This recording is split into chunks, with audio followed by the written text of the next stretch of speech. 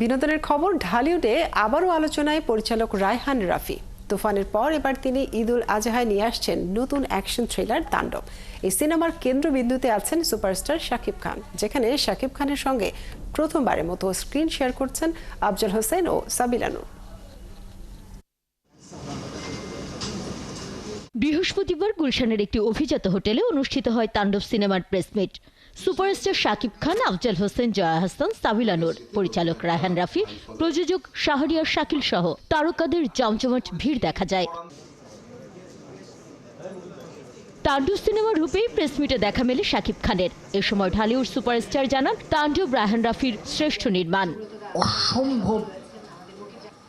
অসম্ভব ভালো মেকিং এর একটা সিনেমা, এবং আমিও বিশ্বাস করি যে ইনশাল্লাহ একদিন আমরা একসাথে মিলেই অনেক আরো ভালো কাজ করব।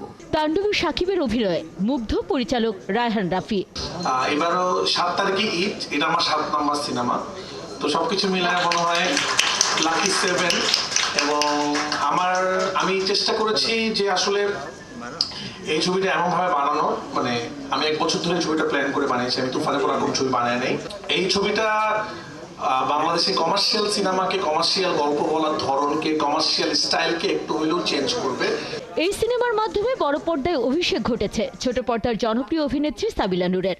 শাকিব খানের বিপরীতে প্রধান নারী চরিত্রে অভিনয় করেছেন এই অভিনেত্রী।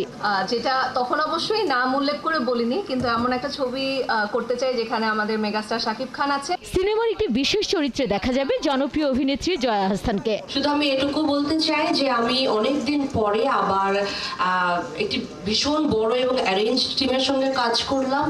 পুলিশের বিশেষায়িত ইউনিট সোয়াটের প্রধানের চরিত্রে অভিনয় করেছেন চিরসবুজ অভিনেতা আফজল হোসেন। গুণীয় অভিনেতা দেশের চলচ্চিত্রে নবজোয়ারে আনন্দ প্রকাশ করেন।